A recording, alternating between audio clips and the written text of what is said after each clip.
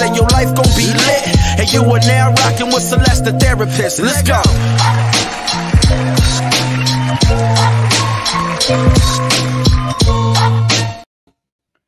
Hello, hi, beautiful people. Let me just make sure I'm going live here. So if this is your first time watching me, my name is Celeste. Oh, let me just move this out of the screen. Let me take this off. Okay. If this is your first time checking me out, my name is Celeste. I'm a therapist from Boston. And I come on every single Wednesday, 12 p.m. Eastern Standard Time, to talk about different topics and then kind of talk about ways that we can work through them. Last week, we discussed seasonal depression, something that a lot of people struggle with and a lot of people don't realize. The whole purpose in me doing these things and talking about these topics is to educate you. I recognize a lot of times it's the lack of education that's creating a lot of dysfunction in our lives. And the more you know, the more you grow. And today's topic is a huge misconception that people don't understand. When I think about the mind-body connection, so that's what we're talking about. When we have stigmatized mental health for so long, for so many years, it's really baffling because there's so much connections in the way that our mind is related to our body and our body is related to our mind. And the more we are able to understand that, the more we can actually work through it. I came up with this topic last week. So I love watching shows. When I was younger, I used to love watching like crime shows, Americans Most Wanted, Unsolved Mysteries, like all of these shows. And I remember I used to be like, it was like my thing, like just chilling, watching the show. I never used to forward it or cover my eyes. And, the more I've been working on myself over all these years, the more I understood like how my body responds to stress. And I don't put myself in situations where I feel anxious or overwhelmed. So there are certain shows I just will not watch. I will not go on a roller coaster. Like I literally will not put myself in a position to not be okay. And when I watch certain shows, if there's a part where something's about to happen, I will fast forward it and until we get past the part and figure out what's going on. And I think about that, and I think about how crazy it is. And if you really think about this, you watch a movie and you know it's a movie, but you still jump or get a little nervous. And you think about how that's a movie, that's a show, and your system can still elicit all of these like different feelings and emotions that will have you like feeling nervous when it's a show. They're actors, like, they're actresses. So that's how powerful the mind is. If you think about that example, so that means with our own thoughts, we can elicit this thing that takes place in our system, right? And so that's a movie. We know it's a movie. We watch it, the scene happens, we get back to baseline. When I think about our life and the things that we've gone through, a lot of times our mind doesn't know what's real or fake. It doesn't know what's happening now, what's happened in the past. All it knows is the things that it's being told. All it knows is the past or the history if you haven't introduced it to nothing new. So there are so many moments where we are allowing that like system and the thoughts and the old stuff to be the lens of our present, and we're feeling afraid to do things. We're nervous stepping out of our comfort zone and doing the things that we need to do, right? So I wanted to give that example with the movie and the shows, which is for a lot of people a very understandable analogy. And looking at that, and that's unfortunately how most of us are allowing our lives to be stopped in the direction that we feel like we want to go, or achieving our goals is not happening because we're allowing that tape that it's not really happening, but our system feels like it's happening and we're not telling it that it's okay, like we're going to be okay. So let's go over the mind-body connection, because, after listening to this, for people that are listening on the audio, if you watch it on YouTube or Facebook, you can check out the visuals. But it's really important to understand that there is this connection and that you do have power, and the connection is so strong, but unfortunately, A lot of people are being treated medically when they really need to be understanding their spiritual self, like their inner self, and how that's connected so they can work through things. So what is the mind-body connection? So it's the link between a person's mental and emotional state and their physical health. So the brain sends signals to the body that affect many functions. That includes your heart rate, your hormone production, your immune response, and emotions are also influence bodily functions like sweating and blood pressure. So there's so much links to the way that the mind is operating and how it's creating this thing. Like when your blood pressure goes high, sometimes people are afraid of doctors, or they've just ran to the doctor's office and their blood pressure goes high, right? There's numbers and there's tests that if you were to go under, the doctors can see how you're changing. And for so many people, you've been on high alert or in this response for so long that it feels normal, right? When I used to sit around and watch America's Most Wanted and Unsolved Mysteries and feel nervous, that felt normal to me, being in this kind of state of mind where there's always something wrong or what's going to happen next, right? That was like my baseline.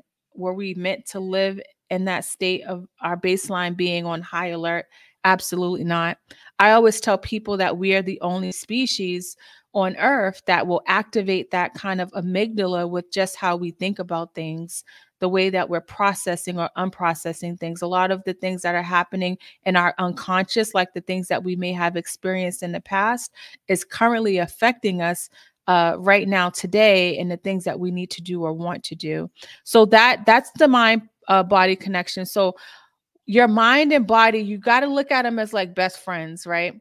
They're literally best friends. They work hand in hand. So the mind and body are inseparable and have a powerful connection that it will affect your health, right? And as you're thinking about this, like with the mind and body, I want you to think about your health and the things that you may have dealt with over the years, maybe pains that you've had that there's no real diagnoses, or they don't really know how to explain how it happened, autoimmune issues, they don't really understand how it happens. I really want you to think about that as you're listening to this podcast. So thoughts affect the body. So positive thoughts can release feel-good neurotransmitters like dopamine and serotonin. However, stress and anxiety can lead to tense muscles, headaches, and stomach problems. Headaches, stomach problems are really huge when it comes to stress. I hear about it a lot. And as you can see in this statement, not just will it affect you in a negative way, positive thoughts can lead to different emotions, feel good emotions. And then body affects the mind. So the physical sensations can influence your mental state. For example, cortisol and can deteriorate the electrical symptoms in the hippocampus, which is part of the brain that helps with learning, memory, and stress control. So the physical sensations, as I said, I love using examples and analogies because it really helps people. So like I said, you're watching a movie, it's a scary scene, and you know that it's a movie, like like no one's in the house, but the way your body is responding, right, just off of that thought that's happening. So I think the more you understand that, the more you can work on shifting your mindset and the way that you're framing and thinking about things. So how does stress and anxiety affect the body? So flight or fight response, I know many people have heard about this idea of flight or fight response. So when the brain perceives a threat, the body's sympathetic nervous system's activated, triggering flight or fight responses. The response releases hormones like adrenaline and cortisol that prepare the body for action. So a lot of times people have been in flight or fight responses and unfortunately have never gone back to baseline. And so there's always these pains, there's always these medical issues, there's always this sense of like doom or nervousness, like something's going to happen. So that's one of the ways. Your heart rate, so the adrenaline increases your heart rate, blood pressure. Sweating happens if you find yourself like sweating, muscle tensions, headaches, sleep, digestive problems, and mental effects. The headaches and sleep, right? One of the questions I ask my kids in the morning, like, oh, how did you sleep, right? Sleep is a telltale sign that you're not okay, because as soon as you lay down, you think, oh, I'm going to sleep, when all of the stresses that you're not dealing with are just going to show up in your sleep. You're tossing and turning. because of the fact that you're feeling overwhelmed, or you may be feeling stressed or nervous about something. And I don't want you to ever gloss over and normalize the fact that you're not sleeping okay. I think that, one of the three things that affect your mental health: sleep, moving your body, and what you're feeding your body. And if you are glossing over the fact that you're not sleeping okay, you're doing yourself a disservice. That's really how, your system's able to reset, is through sleep. And a lot of people have normalized not sleeping, and it's affecting your mental status and it's affecting your mental health. So really be mindful about that as you are like thinking about this and navigating it. Also, the stomach stuff, the digestive problems, the GI doctors are booked out 3-4 months now, right? Because so many people are having GI issues with their stomach, diarrhea, constipation, all of these things. A lot of that stuff is just sitting in your stomach. So if you've never heard about this and you're somebody that struggles with digestive issues, really start to do more research like this. Look at this podcast as kind of like an introductory to like these different things. And if anything I say sticks out for you, take time to like do your own research, because this is not the stuff that I talk about doesn't happen on mainstream media. It's not, on mainstream media, it's something that has to do with selling you a product or selling you something. There's a lot of information you can learn without having to purchase anything, really. And a lot of the things that are required to work on the mind-body connection doesn't cost money. Yes, it's helpful to have that person there coaching you or guiding you, but if that's a factor to you not doing it, money, like I want you to use your time and take time to do the research. And a lot of the reason the mind body is so separated, especially if you go through trauma, a lot of times you have to leave your body in order to endure some of the things you've had to endure. And when I say leave your body, not like physically leave, but mentally leave, right? I had this lady on my podcast. She said a lot of us are divorced from our bodies because it hasn't felt safe, whether the environment, whether it's like the things you were exposed to or done. And so unfortunately, like you've learned how to escape. And so like our body gives us signs that we're not okay. And if they've been ignored over the years, you don't just automatically become an adult and learn how to like understand what's going on and responding to it. And so you have to recalibrate your system and learn how to start to pay attention to the signs. When my hands start sweating, if I start like picking my face or picking my fingers, or if my stomach starts turning, what does that mean? If my throat starts hurting, there are so many different places of where you're feeling the pain in your body that's related to things like that's happening in your life. When your head starts hurting, when your shoulder starts stiffening up, so many people are walking around with migraines, shoulders are like this, and they don't realize it because that's the way it's always been. It wasn't until I tried yoga, and I didn't even try it in a real studio. It was at home watching YouTube. When I started consistently doing yoga, I started to recognize how much I was stiff, like how much I was like wound up, right? And even now, like if I'm driving, I can feel when I'm doing like this and I'll like release it, right? A lot of us are like clenching all the time. And so not only are physically like clenched up in pain, right? Some of the pain that you're experiencing in your body because you're walking around just all clenched up, it can manifest physically, like in your internal body with your organs. It sits in your organs. A lot of us, our organs are damaging because of our stress and our response to it. So just keep that in mind. So I want you to watch this 3-minute video that talks about the mind-body connection. And then as always, like we're not just going to talk about like the things that are hard, but I do want us to think about ways that we can get back into our bodies, get back into like a more mindful state to help us be more present. I know being present for certain people may feel really hard, but it's important because the more present you are with yourself and your life and the ways you're affected by it, the more that you can find yourself using the power that you have to change that narrative. Connection. We need to know that in reality, there is no gaps between the two. Every time we have a thought or perception, there is a change in our physiology. To illustrate how your body's machinery converts thoughts and perceptions into physical outcomes, let's use this animation that likens our body to a zingy, zappy pinball machine. Through electrical impulses, neurotransmitters, hormones, and other chemical messengers, an invisible, creative thought is transformed into a solid, physical outcome. Upon thinking a thought, a network of brain cells creates a pattern of electrical activity, and so begins the game of pinball. This burst of electrical activity can lead to several things.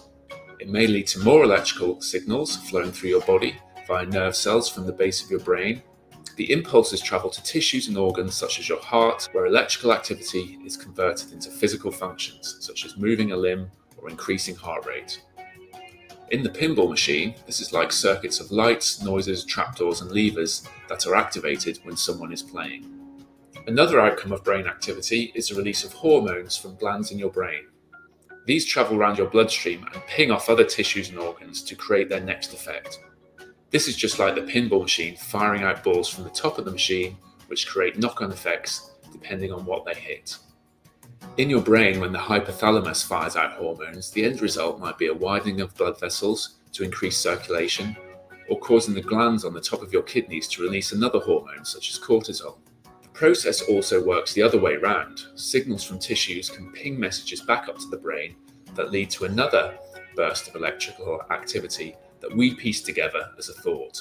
You will know about this seamless connection between mind and body in everyday life. When you have been under the weather with cold or flu, this affects your mood, your mental health. Other times, when you've been experiencing intense thoughts or emotions, it affects your body. You might get tight shoulders or a churning sensation in your stomach. What's useful to know if you want to own your own energy levels and health is that you can harness this two-way effect to your benefit. You can make good choices for your physical health, exercise, etc., which sets into motion a cascade of events that improves your mood. Likewise, we can change the way we think about or perceive situations. Thinking helpful thoughts can improve the state of our body and well-being. So, as you can see in that video, yes, a lot of negative thoughts and the ways that we're operating can have a negative effect. As you see the ball as it's going through your system, your organs, your blood pressure, it's affecting a lot of things. But the same way that the negative thoughts have a negative effect on our system, the positive thoughts can have a positive effect on our system. It could change the trajectory in a lot of ways. There's been studies of people who are dealing with certain illnesses with the way that they're thinking about things changes their trajectory on their illness, right? And so there's so much power in the way that we're thinking, and that's why my center is called Shifting the Way You Think, because a lot of times we're just getting stuck in the way that we're thinking about it. So these are some ways that you can work on nurturing your mind-body connection. Mindfulness is important. So essentially, being mindful on a regular basis. And like I said, a lot of times being in the moment has been hard for people. So that feels hard. Yoga is a huge one where you can start. And as I said earlier, I started doing yoga in my house. I couldn't afford to go to a gym. Deep breathing is huge. It's one of the things that, if you're feeling overwhelmed, stressed out, sometimes I get people that jump on the call with me and I already tell by their energy. I was like, hold on for a second, because I can even feel it through this computer. And I'll say, well, let's just take a pause, take a deep breath before we start. Just like, let's transition. And just that deep breath, like really, that right there alone can help calm down our system, right? Those are things that we're not taught. Exercise, important, right? And when I say exercise, please don't think of a gym or having to do all these extra things. Just even think about it as moving your body. I like to say moving your body because everybody's trying to sell you something. And if you can't afford to go to the gym, or if even being in the gym around all those people feels scary and hard, I'm not asking you to do that. I'm just asking you to work on moving your body. Sleep is so important. And acts of self-love and care are really good. So really thinking about those are some ways that you can work on nurturing that mind-body connection. And the last thing I want to tell you is work on listening to your body. It's so important. So checking in with yourself on a regular basis. So these are some questions I want you to ask yourself. How are you feeling? Are you cold, hungry, or tired? You can also notice how your body is reacting to certain emotions. Our body gives us signs that we're not okay, right? And I really want people to like really think about that as you're operating, because there are so many signs that your body has given you. But if you've struggled with the anxiety attacks or panic attacks, those panic attacks don't start overnight. There's been so many times your system is like, hey, Celeste, like, what are we doing? Hey, Celeste, this doesn't feel right. Hey, Celeste. And I was like, nope, I got to go to work. Nope, I got to do this, right? Because we live in a society that's very much about go, go, go, not like, let's take a pause and check in. And then our system's like, you know what? You don't want to listen to me. Like, and then this panic comes, right? And then all of a sudden we're like, what's the word I'm looking for? We are like we're stagnant. We're not able to move. It stops us in our tracks. I always say, do you want to be in control of when your body like stops and takes a break, or do you want your body to force you to take a break? So not doing what we need to do, not listening to our body, sometimes it forces us to take a break. We end up on medical leave. We end up with a lot of different struggles because we didn't stop and listen to our body. Moving your body is important. If you move your body, I promise you, you'll start to feel things release. Paying attention to your body's signals, which can be emotional or physical. So if you're feeling worried or agitated, your heart might be beating fast, your shoulders might get tense, right? Start to pay attention to that. Keeping a journal can help you check in with yourself. Paying attention to your digestive system can help you be in charge of your health. And really being gentle to yourself can make you be in charge and understand what's going on. So I really hope this was helpful. The goal in today was to like look at this as an introductory to like the mind body connection. If you have a therapist, is great, where you can work on that. And obviously, like, it's a huge benefit to get tailored advice or tailored care to like talk about this stuff. But I recognize that's not always the case for people. So don't let that deter you from digging deeper. If anything I said today is making you think like, oh, wow, like I never thought about that. I've been dealing with these migraines, or I've been dealing with the stomach stuff, and I never thought, like, maybe it's because of the stresses that I'm dealing with right now. Right. I tell this story a lot. I was 19 years old in the hospital with my oxygen level below 90. And they kept me overnight. They took a bunch of tests. And the next day they said, your test came back good. Maybe you should think about seeing a social worker. And, that was great that they said that. That's not always the case for people where they recommended you talk to somebody. But that was years ago, 20 years ago, when I'm like, therapy is not like for me. Like, they think something's wrong with me. Like, I was offended by that statement. I don't think people get offended now when people bring up therapy or mental health, but 20 years ago, it was like, what does that mean? Especially coming from the Black community, where that's not something that we were exposed to. But I definitely did need to talk to somebody, right? And so now when I look back, I'm like, oh, that was my body giving me a warning sign that I wasn't okay. And at that time, whoever, I don't know who they were, but they were 100% right to suggest that as an option. So I really want you to think about these things so you can work on slowing down and not like being forced to slow down, like not allowing your body to force you to slow down. So I hope that was helpful. I hope that makes sense. If anything I ever say resonates for you, I always tell people, like, understand that you have the power to make the change. Don't forget, there are so many episodes like this on my podcast or YouTube, wherever you're listening or watching me. Make sure you share this with somebody that you love. And if you are watching me on a platform, make sure you subscribe, follow. If you want to learn more about me, you can go to celestethetherapist.com. And if you want to learn more about my practice, my wellness center, I am having an open house November 2nd. You can go to stwyt.com. So that's shiftingthewayouthink.com. When I think, I gotta close my eyes and look at it in my head. So stwyt.com. If you go there, you can find more information about me. Until next time, y'all, I'll talk to you later. say your life gon' be lit. And you are now rocking with Celeste, the therapist. Let's go.